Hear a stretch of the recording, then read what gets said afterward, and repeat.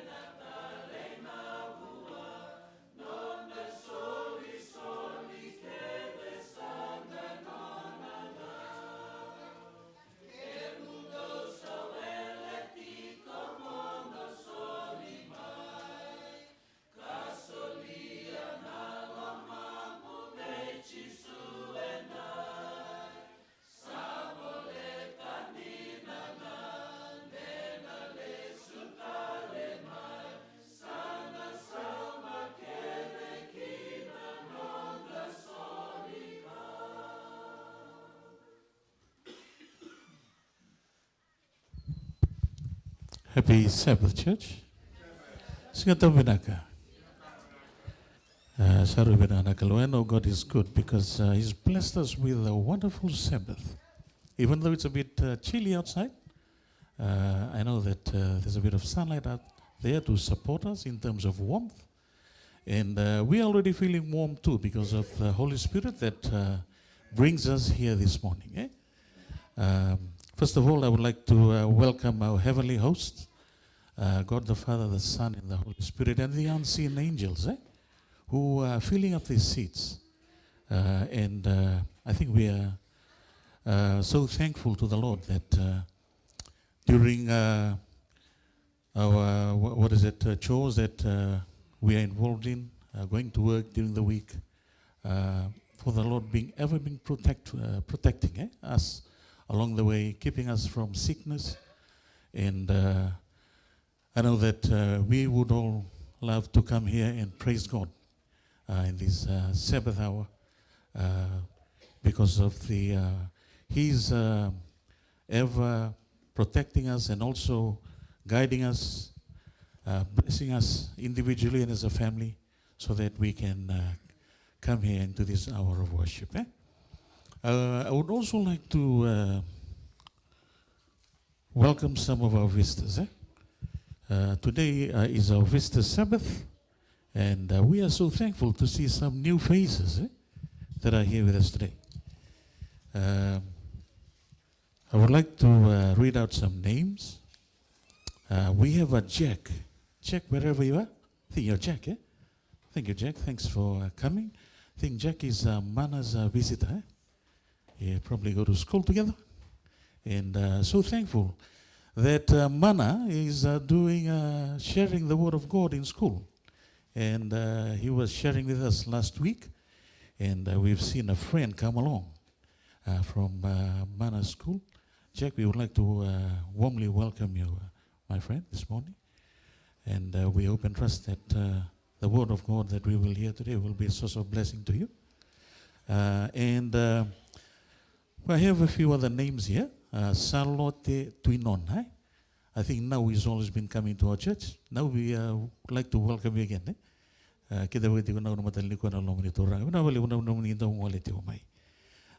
Leslie? Oh, Leslie? Leslie, Olita, and Charlotte. Would like to also welcome Olita, and Charlotte this morning. Like to warmly welcome you. Thanks for choosing Brisbane, Fijian, and to come and to worship with us in this Sabbath hour. Donea da tukungo baka ukila. Terima diu. Pulo Vinaka, Kalibuna Vinaka, Nominati, Singlewi Koa. Talagani Matthew. Tini Matthew comes all the way from Sydney, from Granville Church. And I'm so thankful that I see Tini Matthew and Matthew here this morning. I think Matthew's been with us for quite a while.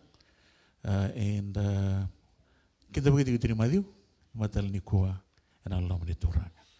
Polias talaga Pau, uno da banda mitikina sa kinda bagitiko, and Matal Nikua. Matthew Rokodiri is a new name, and a new gentleman sitting in the back, Tau, urunga the new game may Lomeviti, sa ni kinda bagitiko na single Nikua. Kalibuna Vinaka, Ningole Mai. Hindi kita kami tumising at ang bata, kaya naman niya matabubal. Rati kong Brisbane mo aviti, sa ni kinda bagiti ko na matal ni kuwa, and alolomen on the Turanga. Before I welcome the congregation, I would like to also extend the warm welcome to the listeners online. Some of them may be new. Also would like to welcome you this Sabbath hour. Ni sangani wotalo tuti ko na warong iti may online. And we hope and pray that the message Pastor has for us today will be a source of blessing to you too. Our members, we came in Nanduran Lotu in Brisbane. I would like to firstly welcome the prayer band from Bethania and Gold Coast. All boy. Sa akin daw bagiti ko na matal ni kuwa. Alam mo dito rang atame pisa kina matubali. Woodridge band, I think Brother Sally's here. Pastor Wam is away. I would like to also welcome the Woodridge band, Sunnybank band. Welcome Siromi and Willie, and not forgetting the Goodna band. Tao do kana singa o tawali and namiti itu matamisani. I would like to welcome the Goodna band family. Behind me, I would like to welcome Pastor. Pastor, I would like to welcome you. This morning, we know that you've been excited on your trip to Papua New Guinea. And we are looking forward to the presentation that you have for us.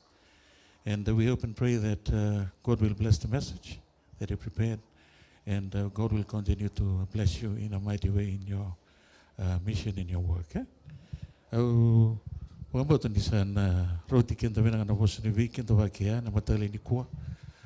I invite you to stand up and let us sing our first hymn. Duru bata kede, langa sera pagambulumula. Nunda bukata utaka na nunda turanga.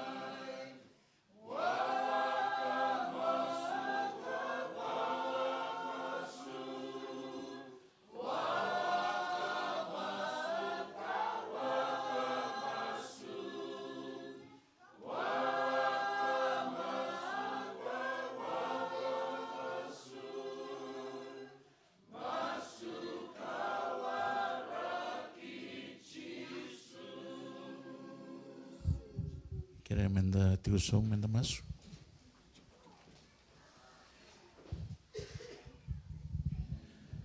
Loma langi na tigo tambu coba ni leu gana kalau yala loma. Na wale usara turanga na sere masu ki memi sala ngatiko.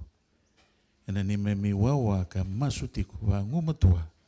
Weki mani sekwa sango na tabimbimbi. Oni ngandreba weki ma meni uti ngonongo ena ni memi wara ki kemani. Na wale usara turanga na singa tambu bina ni kuwa. Na wale unon rambula na luwe muni ya rea mai. Saya ni ngulada wira talenga nanda buti ko ninda banda buni wewa mulai. Sigani ko nindo daga mana kina na kalau. Sigani ko nindo vita lewikina. Na nonra inda banda beranda buti kina tebe mati usama sulla kala beta tambor. Non rambula no sini da wea da uni kila benaka. Sora tiko na beba limbula. Ni sana tatar wira na singali bini kuwa me rawa nambula. Turanga baka unika ni sana ko mai me rawa nambula. Ia me rawa le usara. Na wale usara no muni bosa na kalau. Na wale usara na singa tambu benaka ni kuwa. So na lebe muni ki me mai singa tambu batatiko. De senge mate mbaga ni ngaunango turanga non reada mai. Kim sa wani bena wale buni ni na te baga tiko ndona sor ni kau. Ki na ikavani tambangela ni alondra. Ya me ado turanga me ndona ngauna me na kandre. Me rawa kila talenga. Na no muni benaka na kalau. Na wale na non rambulan na lube muni leon lote ke na wale turanga na we maroi na we tango maki we wa kalau ngatataki kim sa wa na tinga wale we ke mani singa le muni ko sini ngula da no muni tamata na ngusu muni tiko sama sula muni na bunti ko na no muni ko bela tai muni lorai dambe ba lo muni ndori mengalu no muni tamata muni vosa na kalau levo ken dosa na ka muni roko bisa ngaki na muni ndokai sisu ni bambol.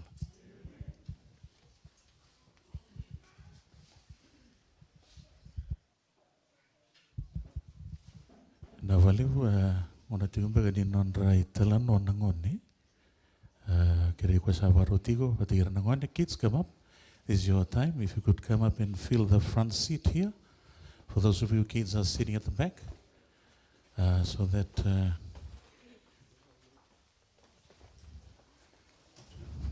na valiu sa.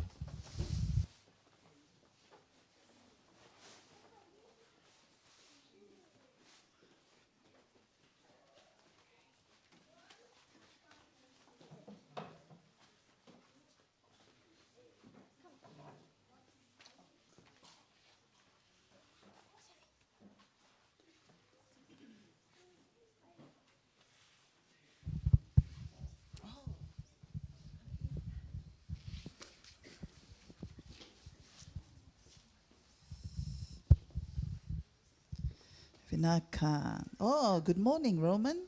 Wow, you look nice this morning. Morning, Bukini and Leona. Thank you for being here this morning. And morning, Eden. You can sit down here. Good. So, are you looking forward to listening to the story this morning? All right. Now, story this morning is coming all the way from Canada. From where? Canada. Right, Canada. That's the story this morning. It's coming all the way from Canada. But before that, you know, last week, Auntie Millie was shared with you a story about something last week. What was the story last week? Anyone can still remember? Anyone can still remember? See, the kids are going out. Anyone can still remember the story last week? Yes, Joeli? And what was the theme behind the story? Still remember? Okay, I think from what Auntie Millie said, she said something about an angel, right? That we have an angel that always with us. Raise your hand if you believe that you have an angel that is always with you every day. I believe in that too, right? Because we have an angel that God has assigned for each one of us. There is an angel that looks after you every day and also keeps a record of everything that you do, everything that you say. It goes into this angel's record book. Did you know that? And in the night when you are sleeping, this record book goes back up to heaven. All right, now this morning I'm not going to talk about that record book, but I'm going to talk about this pastor here from Canada. So listen very carefully. And this pastor here, he's a well-known pastor. He's very well-known. And he's also an evangelist. He shared this story, and it's quite a powerful story about his life. You know, he preaches a lot. So he was sent on this mission to Canada to go and preach there for only 2 weeks. So in these 2 weeks, 1 week he had to spend in one part of Canada, and then in another week, the second week, or the third week maybe, he had to spend in another part of Canada. So these were two extremes of Canada. So this is where he was going to do his evangelistic meeting, where he was going to hold his evangelistic meeting. So, you know, before he went to Canada, before he landed in Canada, you know what happened? Because he was such a popular evangelist, he was a man of God. Right? He was a man. He always commits his life and his family's life to Jesus. Right? So this pastor here, he always commits. He went through a lot of challenges. Before he became an evangelist, he was not in church. He was not in church. So he never believed God before he became an evangelist. But now that he's an evangelist, he gave up all that. He gave up that maybe good life that you can say that he used to have before he knew Jesus. But to him, having Jesus was way, way better than his old life. So now he is on a mission in Canada. So he had to go and preach there, right? So he had to go and take this meeting there for 2 to 3 weeks. So like I said, on this particular week, before he reached Canada, a letter had already reached Canada telling our members there, or telling the church members there in Canada, or they were writing, they actually wrote some bad things about him, you know. They wrote some bad things about him. Oh, you guys should not listen to him. Because he talks about this, he talks about that, he talks about this, not good for us. So this is what the president of maybe the church they had already written to those that were organizing the evangelistic meeting. So on the week, in that week when the evangelistic meeting started, this was a big hall. They came there. And there, the big hall could hold 1,260 people in the hall. You know, every seat was always filled. Every seat was always filled. What's the number of people that the hall could fill? What's the number of people that the hall could fill? 1,260. Every night, the meeting was happening in this hall. The capacity of the hall is 1,260. You know, when he was preaching from up there, some people didn't like his message, right? And they'll be calling from the back of the room, you know, accusing him for the message that he was preaching. Some even went up to him on the stage and pushed him. On the stage and pushed him. But he kept preaching. But while he was preaching, the room is filled with people. It's fully packed, the room. But then during the meeting, while the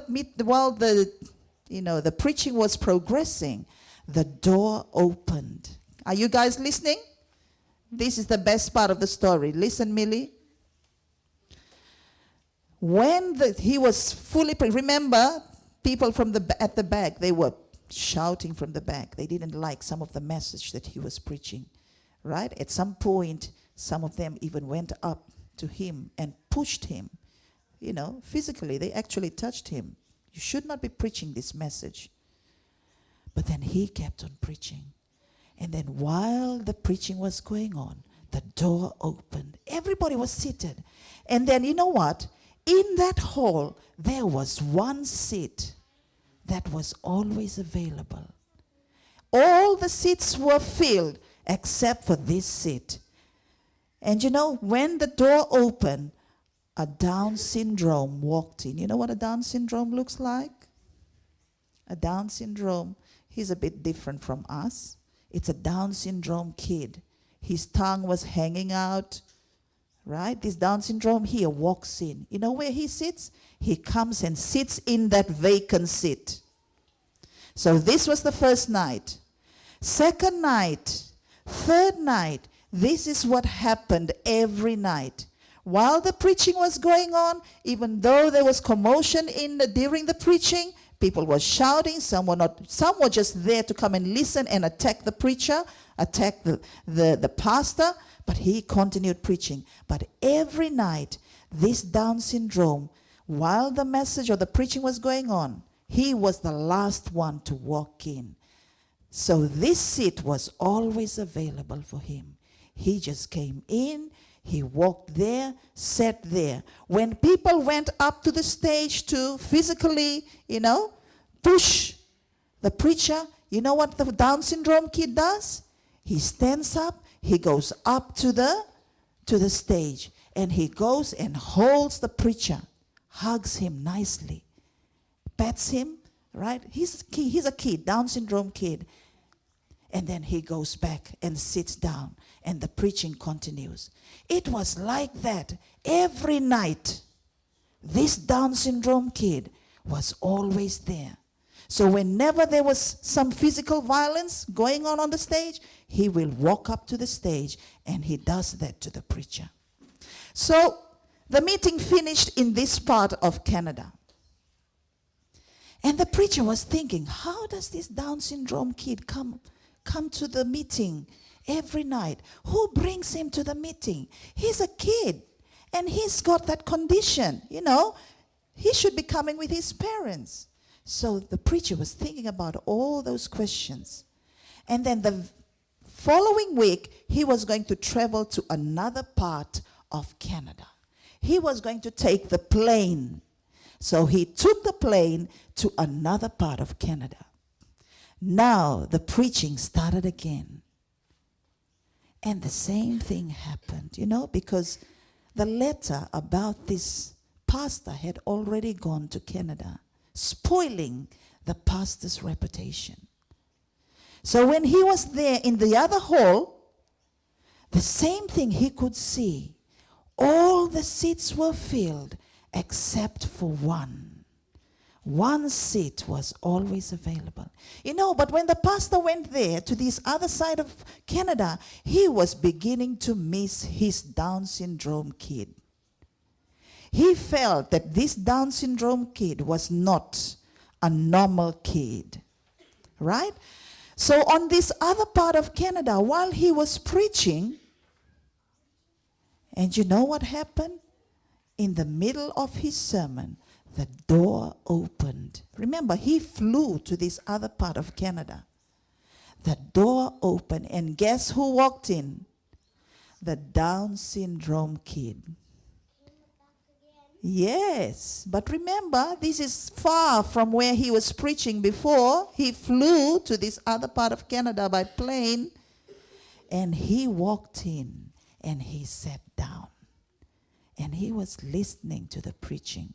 So whenever anything not right happening on the stage, what will he do? He walks up to the stage, and then he what? He hugs the preacher. And on the very last night, one of these nights here, the very last night, everybody had left. Only the Down syndrome kid was left. And he walked up to the preacher. The preacher was a bit scared because he could feel this is not a normal Down syndrome kid. He came up, he hugged the preacher, right? And the preacher, gained some courage.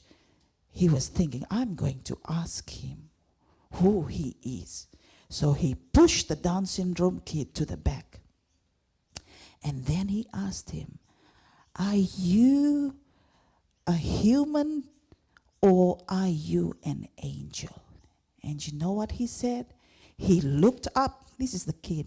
He pointed to heaven, put his hand down, and he walked out of the room. Who was he? He was an angel. So that preacher, you know what he says? I don't care about what people do to me when I preach, because I know that I have my Down syndrome kid that always looks after me. So that is the story this morning. You love that story? Yes. God has assigned an angel to look after us every day. Right? So whenever you are having problems, what should you do?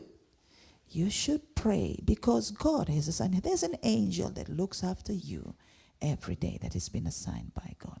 So go back to your parents, and that is our story this morning.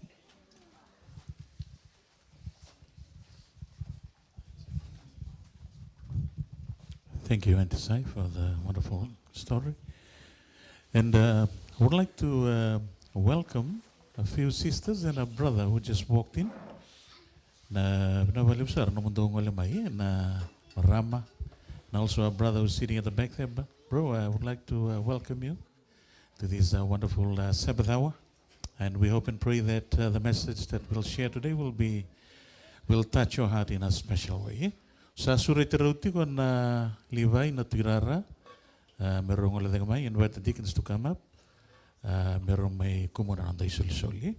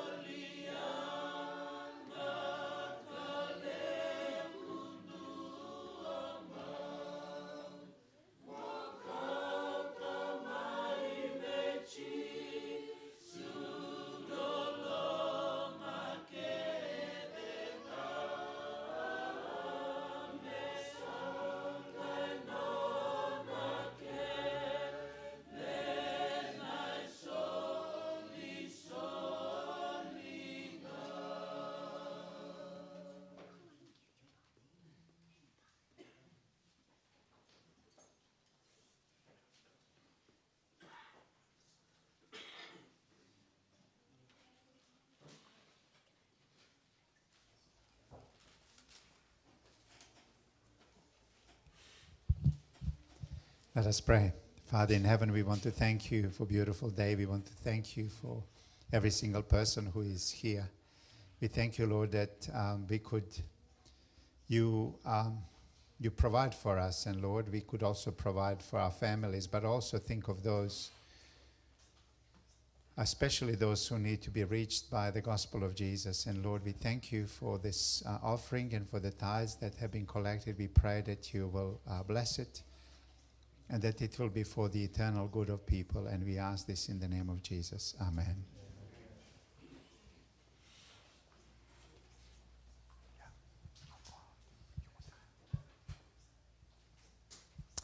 Morning, church.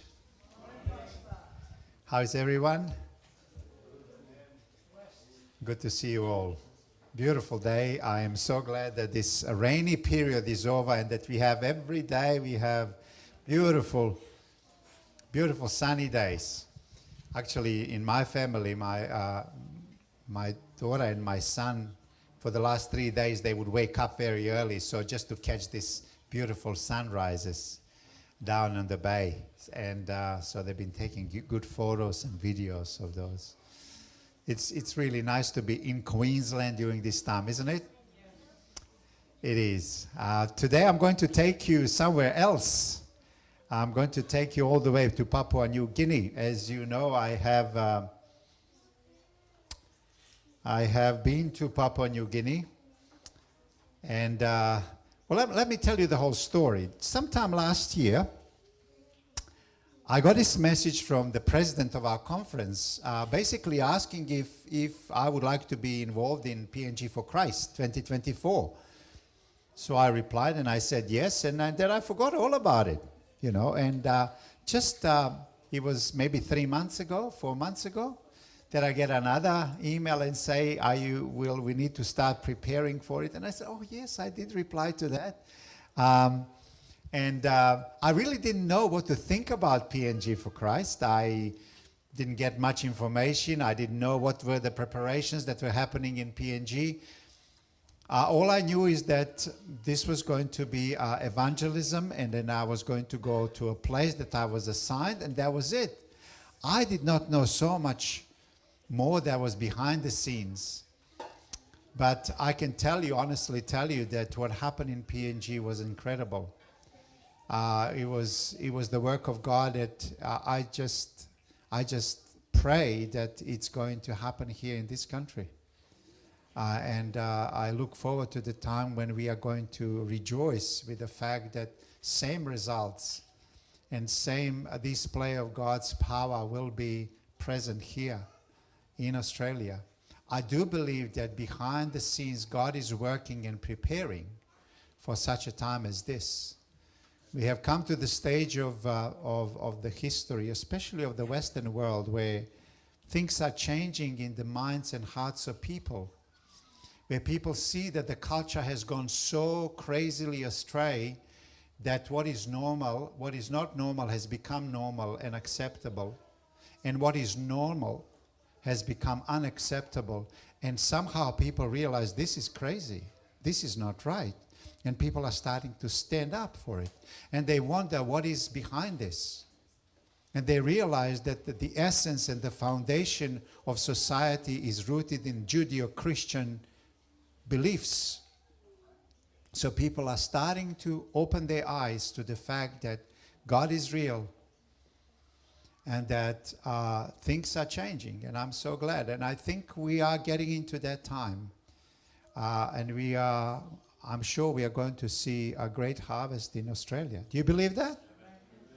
I really believe that. I really believe that. So let me tell you the story of PNG.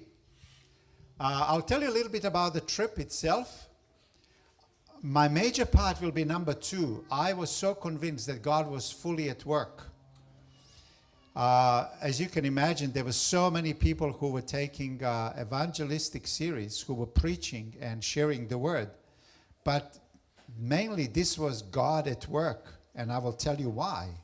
I really believe that it is not me, that it is not other pastors. Yes, God used us, but it was God at work. God at work. I'll tell you about the outcomes of the evangelism and where are we in all of this. Let me read this Bible text first, because I think it's appropriate. Remember Apostle Paul?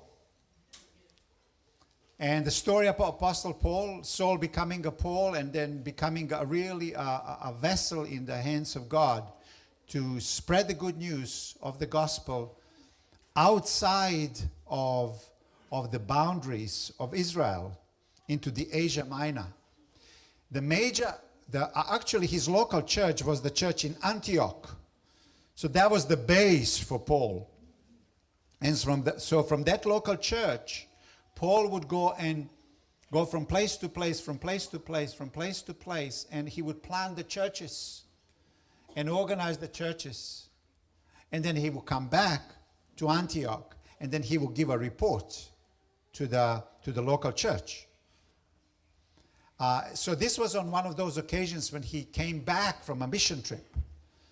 And this is what the text says. Then the apostles returned to Jerusalem from the hill called the Mount of Olives. No, that's not the text. But anyway, I can read this one.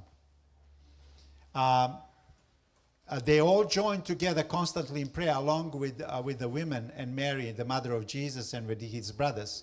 When the day of Pentecost came, the reason why I put that text was you see disciples united. And that's something that I want to talk about a little later on, because that's exactly what happened in PNG. What you find that just before the Pentecost, just before the time that the Holy Spirit was poured out on people, is that the disciples were together. And remember, when we read about the disciples while Jesus was with them, there was a lot of argy-bargy between them happening. You remember that? And they were all constantly jostling who is better, on who is supposed to be the leader and who is immediately after Jesus, who, etc., etc. Constant jostling, constant seeking for power. But just before the Pentecost, they were together, and Bible for the first time is saying to us, these disciples were united. They were together. Something happened. And immediately after that, in chapter 2, you find that the outpouring of the Holy Spirit came upon them, and that the spread of the gospel went so rapidly throughout Judea, throughout Samaria, throughout Galilee, and then outside of the borders of Israel. When the day of Pentecost came, they were all together, again, together, yeah?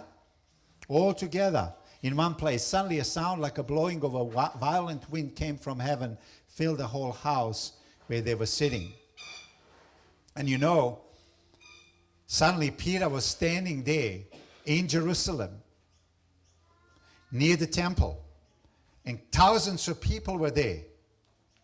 Not long before that, in matter of not too many weeks before, the big event took place. Jesus, who died on the cross, Jesus who resurrected on Sunday.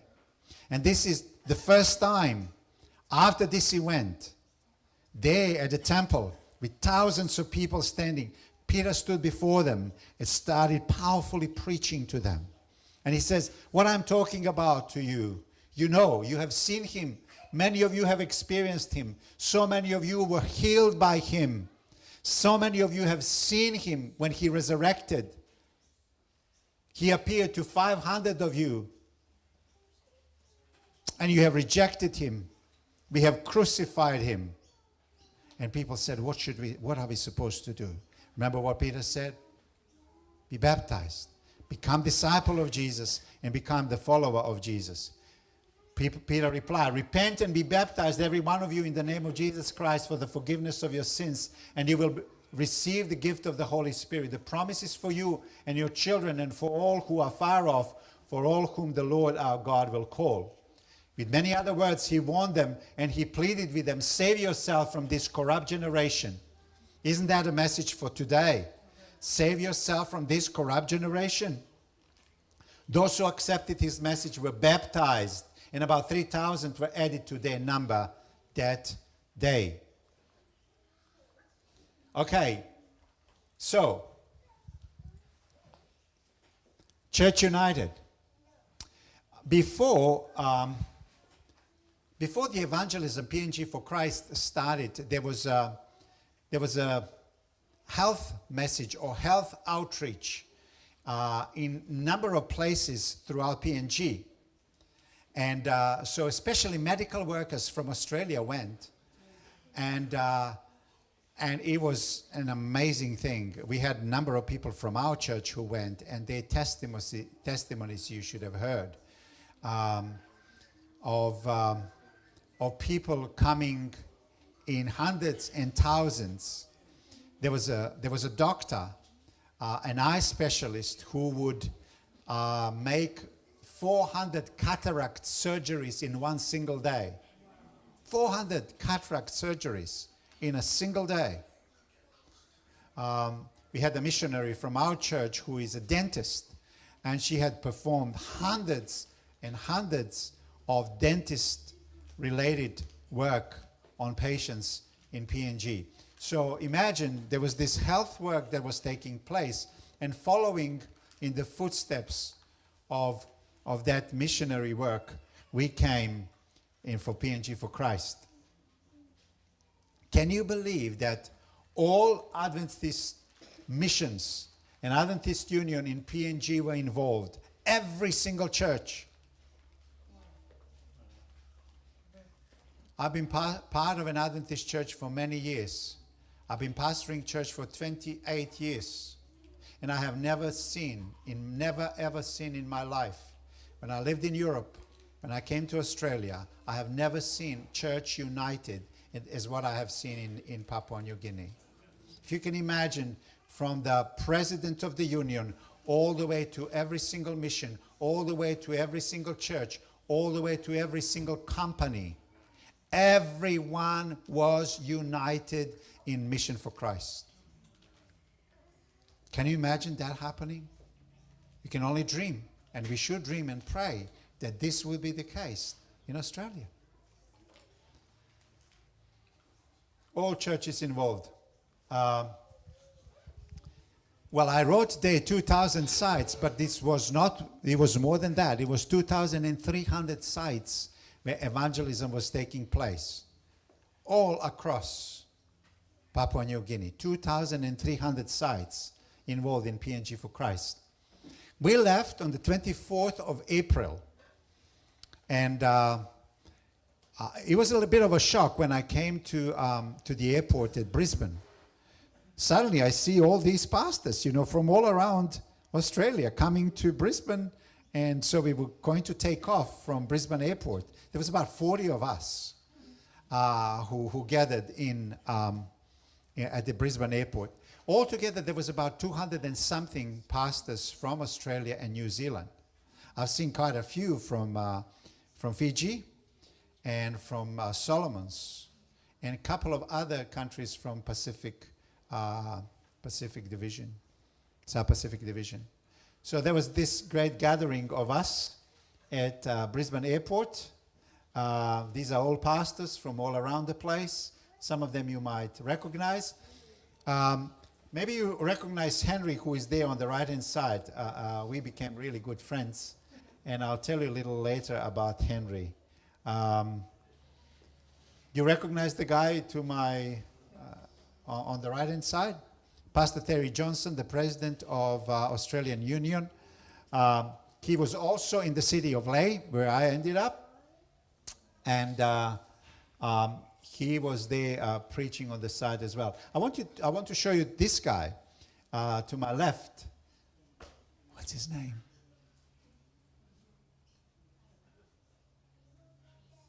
Alexei. He's a Russian pilot, an Adventist, an elder of a church, not a church pastor. And he came from Moscow, paid his own ticket. He's a professional plane pilot. So he took holiday to come and do evangelism in Papua New Guinea, all the way from Moscow, paying his own ticket and coming. And it was a real pleasure to be with him. He was also in the city of Lae. So the journey begins.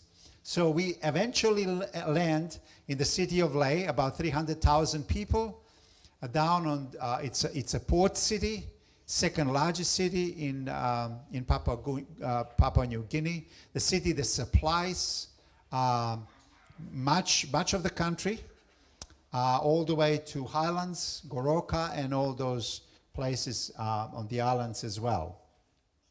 So we land in Lae. These are the people who were preaching. These are the pastors who were preaching in the city of Lae. 28 of us all together.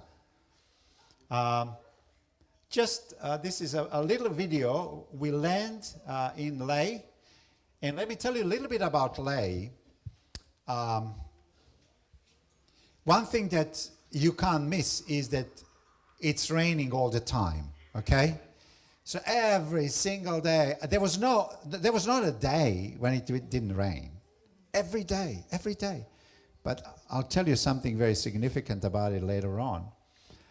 This was one of those rare days where you can almost see a bit of a blue sky, but there is never a blue sky like this in Lae. Okay, it's always cloudy, and it rains. It just rains.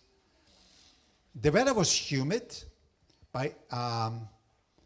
And but later on, it just kind of became a little more pleasant, or either I acclimatized, but I think it just cooled down a little bit. The Pastor Kua, Morame Mission president in Lay, we became really good friends. He was being helped by a secretary of a mission by the guy named James. And these are the pastors. We are there in a minibus, being taken to a motel just across the Union Mission in Lay. Did you know that the headquarters of Adventist Church are not in Port Moresby, but they're in Lay? So we were staying just across from the Union office. We were treated every day with really good food. Not as good as Fijian. Nobody's laughing. What's happening? But it was really good. We were blessed. These ladies were faithfully making food for us, and it was really good. There was a bit of a cultural shock for me, not for some other pastors, but for me it was a big one. They made a special and official welcome to us in the city of Lay. We were on this biggest oval in that city, and all churches from the city of Lay came to welcome us. Pathfinders, church choirs, and I just could not believe. It's like kings and queens are coming. You know, I said, what is this? We're just humble pastors coming to preach the gospel. That's all that is. But they make it so huge. They made it so big. I just could not believe it. So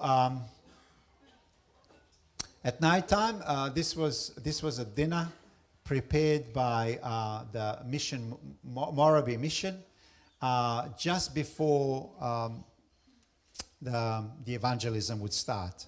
The way they organized this, I was so incredibly impressed. Every single detail was so well organized. Everything was so well organized. I was just blown away. This group is a group that took care of the site where I was preaching. There were three local Adventist churches, 4 Mile, 5 Mile, and Kamok Church, that organized evangelism in their area. Let me try to explain.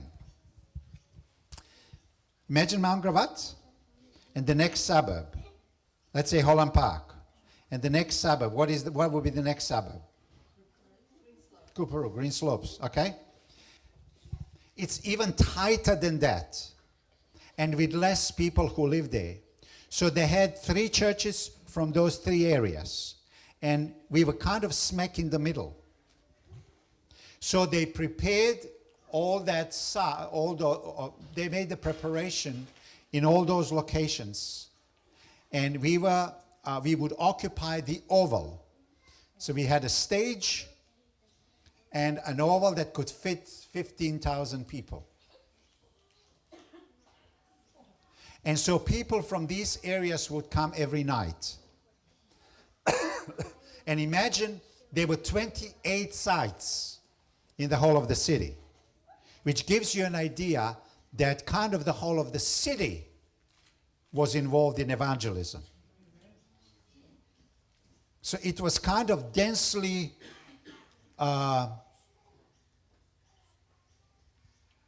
there were quite a few sites. It was about 2-3 k's from where I was preaching. There was another pastor. Calvin Townend was the next one, who was preaching about 2-3 kilometers from where I was. And it was so well attended. So this was the official welcome ceremony at 4 Mile District. Again, they are welcoming us, and I just could not believe how well prepared they were. So this was the 4 Mile site, and this was the first night. The series were called Revelation of Hope.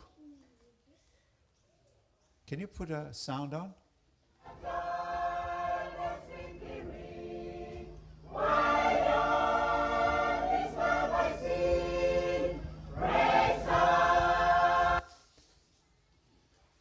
That's it, yeah? So that was, every night they would have a choir from a different church just do preliminary song service or preliminary special item, so well organized. So this was the first night. There was about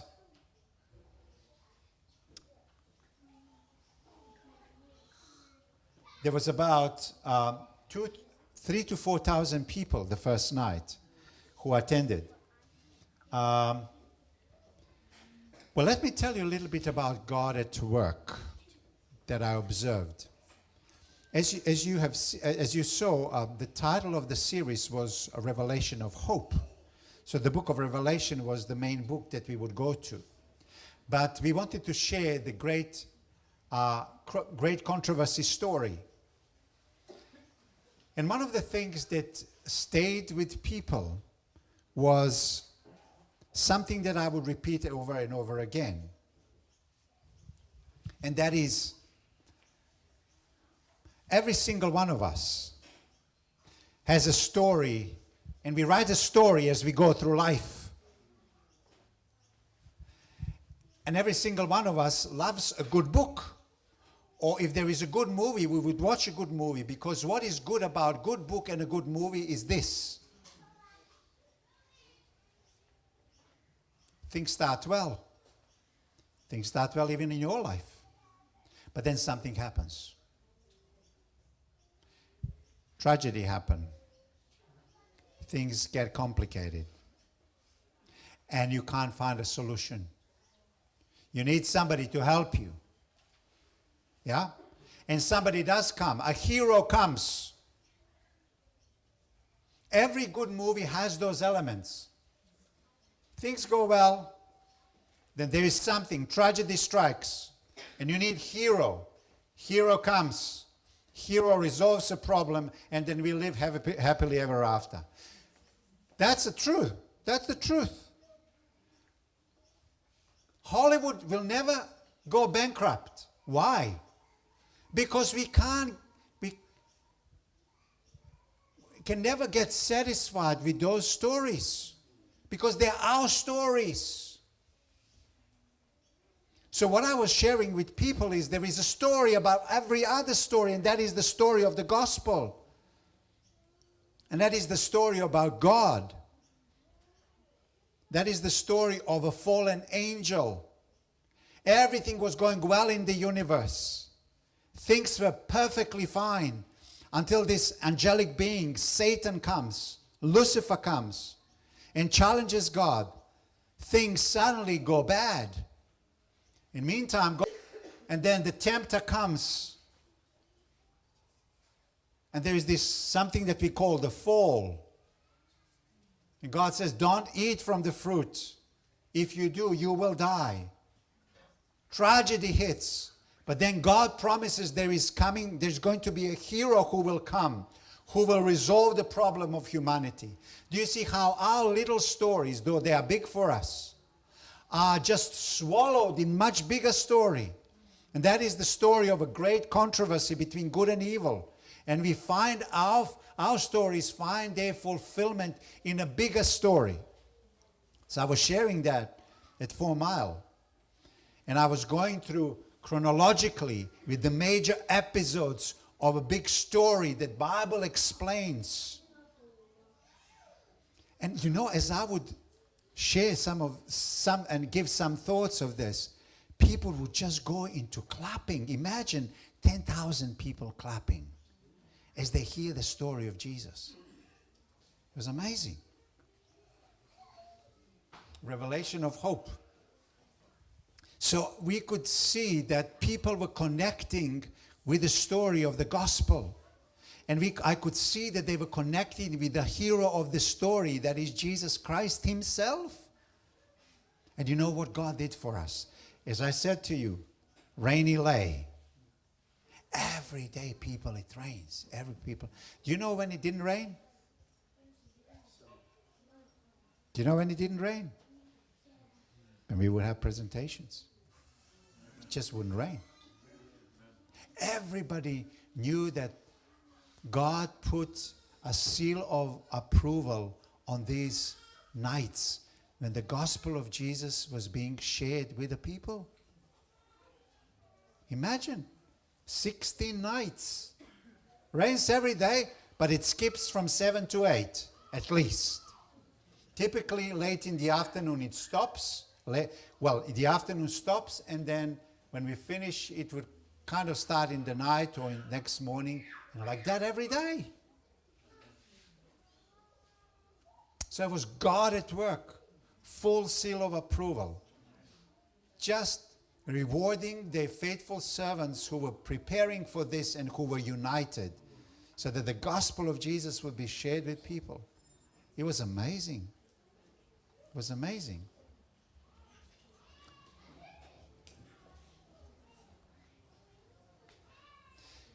We had baptism every Sabbath. You know what would happen on Sabbath? Every Sabbath, what would happen? It would rain in the morning. It was perfectly fine because people were going to get wet anyway. But look what happened. We were baptizing, and as the baptism was coming to an end, the sun would start to shine and it would dry the people, and they would make nice photos, nice photographs, congratulate each other. And every Sabbath happened like that. In the morning, rains as we were baptizing, as we were coming to an end of baptism, just God shines on us, dries the people. And every Sabbath like that. It was amazing. See, that's one of the Sabbaths. It was pouring in the morning, and look, clear sky, almost clear sky. Another indicator of the presence of God and God at work. We were told by the commissioner of the police that typically, like in any other city, especially when the weekend comes, the crime or disturbances in the city would spike on Friday afternoon, and then Friday night especially, and then Saturday night. But they said to us, there was no phone calls. People were all across the city attending evangelism. So the crime kind of fully dropped. That was so good. I want to tell you about this one. Communities were reconciled. Several months, I showed you the guy by the name Henry. Did you see Henry Sulavale?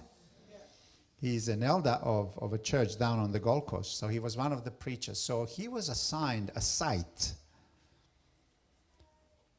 And he wasn't told that this site is, because they were too afraid to tell him the problem. The problem was this. Several months prior to evangelism, there were disturbances in the community and an argument between two communities. And one person was killed. And then as a result, people from another community, and they were just across the street from each other. People from another community killed around 40 people. And then people from this community went to their side and killed about 38 and burned their houses, everything.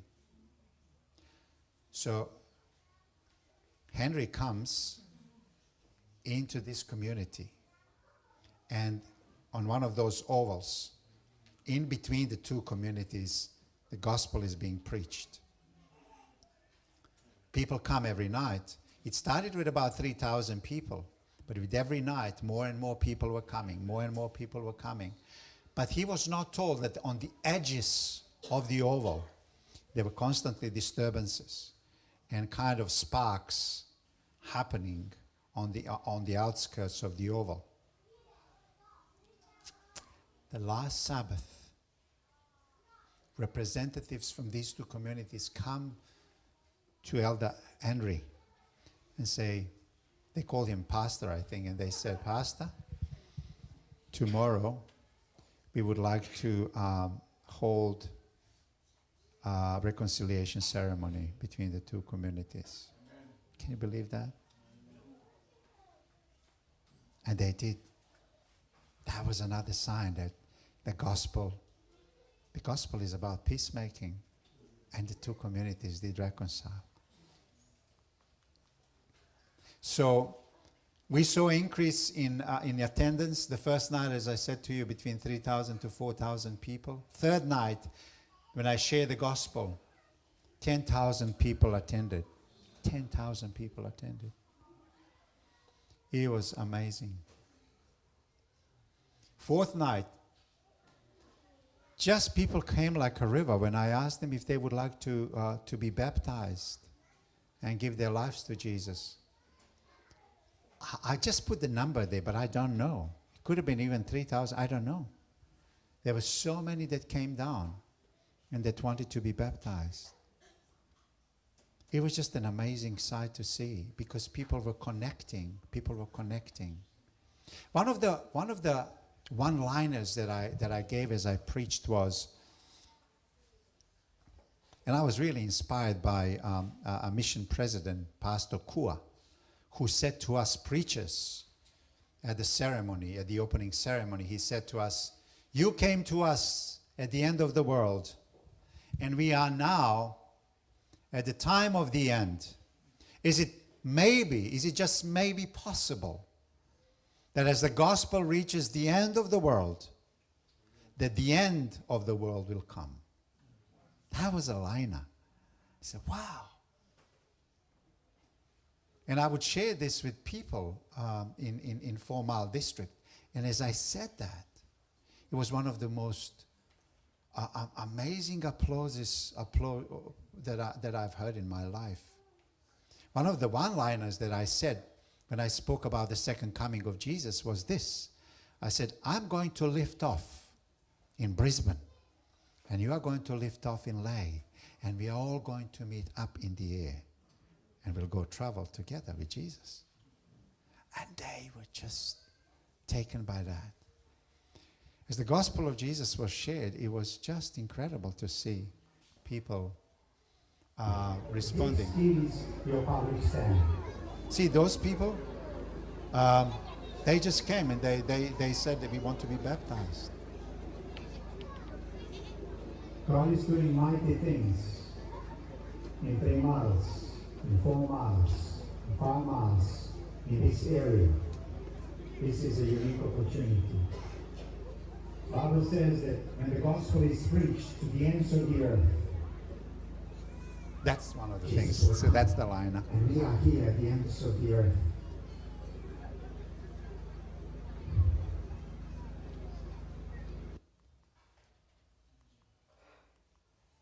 Okay. I'll just go back one. Okay. Sorry. Okay.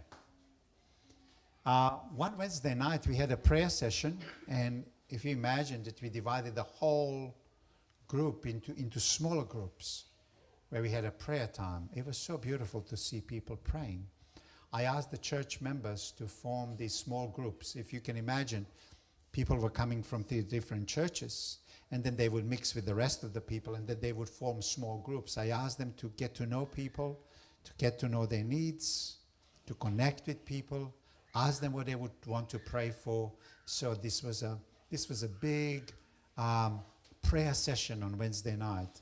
It went for at least half an hour, 45 minutes. The first Sabbath, we had a baptism, and mind you, they already did a preparation for that first Sabbath. So about 114 people were baptized the first Sabbath. And this is one of the churches, I'm not sure which one. This could have been, this is Kamok Church. This is Kamok Church, yes. I know because of the green shirt. And this is a photo taken with people, with those, their first Sabbath of baptism. The pastors next to me, the younger one, that's Pastor Enoch, and next to him is a pastor who is 79 years old. And imagine, 2 of them that first Sabbath they were baptizing. 79-year-old, just about 50 people he baptized that Sabbath. That's not easy. That's 3 of us. Second Sabbath, 149 people baptized. And that's what I told you. And the last Sabbath, 350 people were baptized. Only 1/3 of people who said they wanted to be baptized were baptized that last Sabbath. There's 2/3 of them that were not baptized. So if you think that when we went there, we were just simply dunking people for baptism, that's not true. Not true at all. Churches wants to make sure that people hear the message of the gospel, that they are not taken by some kind of emotional euphoria, but that they understand the gospel. That they understand the gospel. And then they are baptized. Because that's exactly what Jesus says. Teach them everything that I told you, and then baptize them. So that's exactly what we did. So about 600 people we baptized just in that 4-mile district. And I'm telling you, that's just a fraction, at least just maybe 1/3 of the total number of people who put up their hands to be baptized. So that was the last Sabbath of baptisms. I want you to see this guy, not a big picture. He's an elder of Lutheran church. There was a Baptist church that was next to us, and members of that church would come every night. And on Sunday, when normally they would have their services, none was going to the church. So everybody was coming to our place. So the pastor would come and see that there's no members there, so that he would join them and he would be with us. There were cases of other churches simply becoming Adventist churches. Another colleague of mine was preaching in prison, and a permission was given, and this was a high security prison, and the permission was given that they could preach there, because that's kind of a no-no. But the permission was given. 150 inmates were baptized.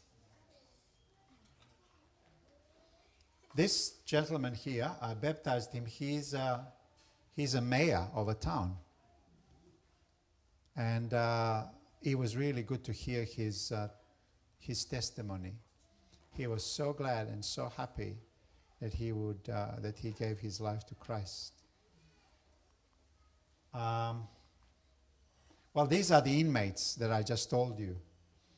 But outside, so he was preaching inside, but outside there were members of the community who were also listening to the message. Now, can you imagine? My site would have about 10,000 people. The next site would have about 5,000 people. The next site would have another 10,000 people.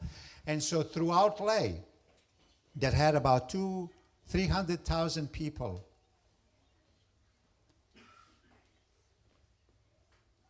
At least 1/3 of Ley was present, physically present during evangelism. That's Pastor Ben, and he was the one who was preaching in the prison, and that's a police guard who is with him. Pastor Ted Wilson was with us. He came to Ley and had a brief address to the people of Ley, and we celebrated his 75th birthday. And it was really great to see Pastor Ted as one of us who just had his own site and preached every night. He was like a fellow Adventist pastor doing what he's supposed to do. It was so good to see that.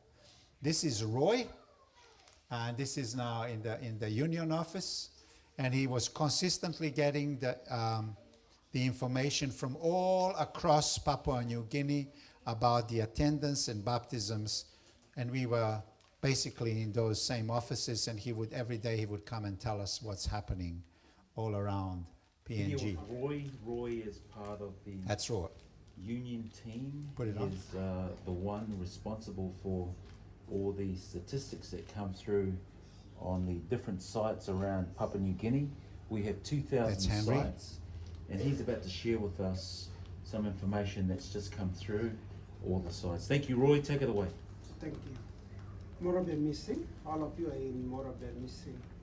From the 26th Morabel Mission that's where the April capital to lays. to the 6th of April, today is 7, we received a report from 71 sites, 71 reports from Morobe missing sites that now you're sitting with me. The number of audience here in Morobe province is 153,656. 153,000. 153,000 in Morabel Mission Praise the Lord. people were And present. This is not the actual report. How many people Some of attended? The sites they didn't report yet. They still reporting, but this Right. morning. So this is what we received, and the figure is growing by 12 o'clock. All of you should know the figure. Incredible. And yesterday that we received the reports all around the country. This morning, as you look over at an estimated number of audience, Chiwaka is not reporting where Ted Wilson is, at around 920 sites that already given their reports. Estimated number of audience goes up to 1,529,858. You hear that? At that time, That's just when we started. When From when we started. just And 45% of the sites baptism for reported yesterday that we had the is attendance. Half 1.5 million people attended. 117,125, around that figure. So far. Yes, so far. Praise the Lord. And it is not all the 2,000 sites, only few sites that already. Okay, this is not the latest statistic. When I wrote it, there is even an update on this one. At the time when I put this, the first one is true. Approximately 3 million people attended PNG for Christ physically. 3 million people. So there's about 9.4 million people who live in Papua New Guinea, and about 3 million people physically attended PNG for Christ. 46 of the 2,300 sites in PNG have reported their baptism. 267,131. Potentially, I was saying around 500,000 baptisms altogether. The latest stat is telling us that 75% have been accounted for, 75% of sites, and there's about 370,000 people who were baptized. In other words, we are very close to about 500,000 people who were baptized. That is amazing. What I am taken by in all of this is, this was God at work. This was really God at work. I've stayed in touch with the people in Miles District, and I'm getting constantly information. I'm getting pictures. There was a church, Kamok Church, where they just wrote to me a couple of days ago that their membership tripled, and people are just bursting out seams. They just can't fit into the church anymore. So I have received one email, and they have already started building even before evangelism started. Obviously, they'll need money. They want to build a church that can fit about 500 people. How is that going to happen? It's a good question. But that's a report from Papua New Guinea. I really believe that this is PNG Pentecost revisited. If God did it in PNG, could He do it in Australia? I really believe God can do this.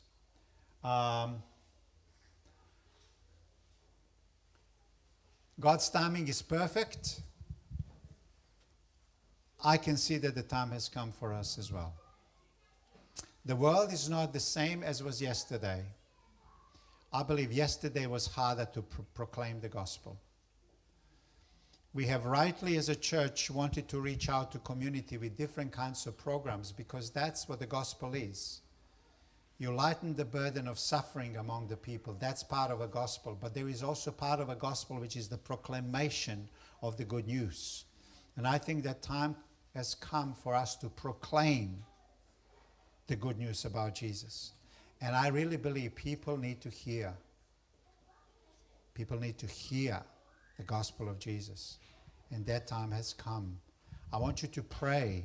I want you to pray for Australia for Christ. Australia for Christ. Obviously, this church has an angle which is Fijian angle.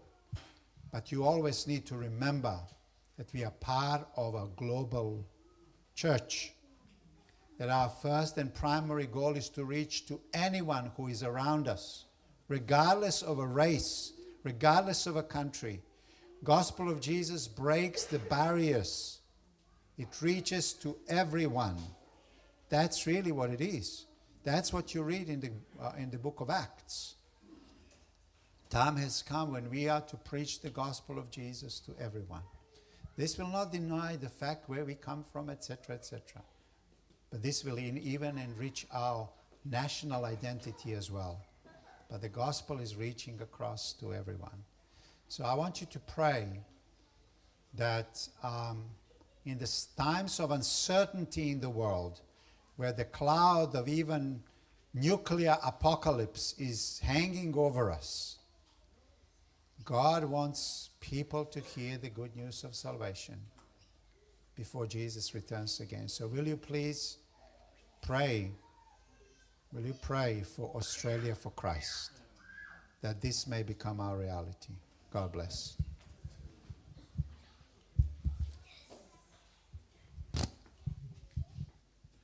Thank you, Pastor, for the powerful presentation, sermon. And we are seeing God, this big God, moving in a mighty way. Yeah, we're so thankful for that. I invite you to stand with me so that we can sing our last hymn.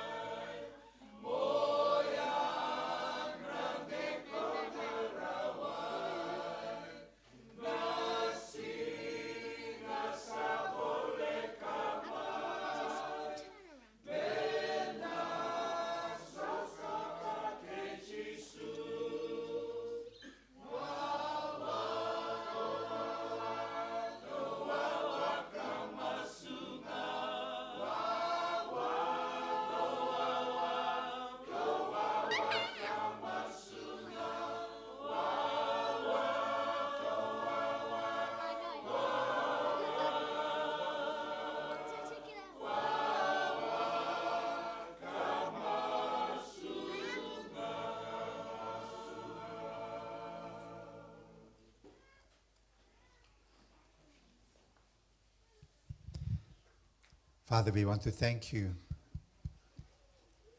We want to thank you for what happened in our neighborhood. And Lord, if this is the sign that you give us about what is to happen here, Lord, we pray that we'll become serious about it. Lord, I pray for the open doors. I pray for the praying hearts. I pray for the converging of other people who will go in the same direction. And as you orchestrate, Lord, these ends of time, when it's going to become tougher, you want the shining light of the gospel to be preached throughout the world for the salvation of many. So, Lord, we pray that our hearts and minds will be open and that we may play our part. Thank you for hearing our prayers as we pray in the name of Jesus. Amen.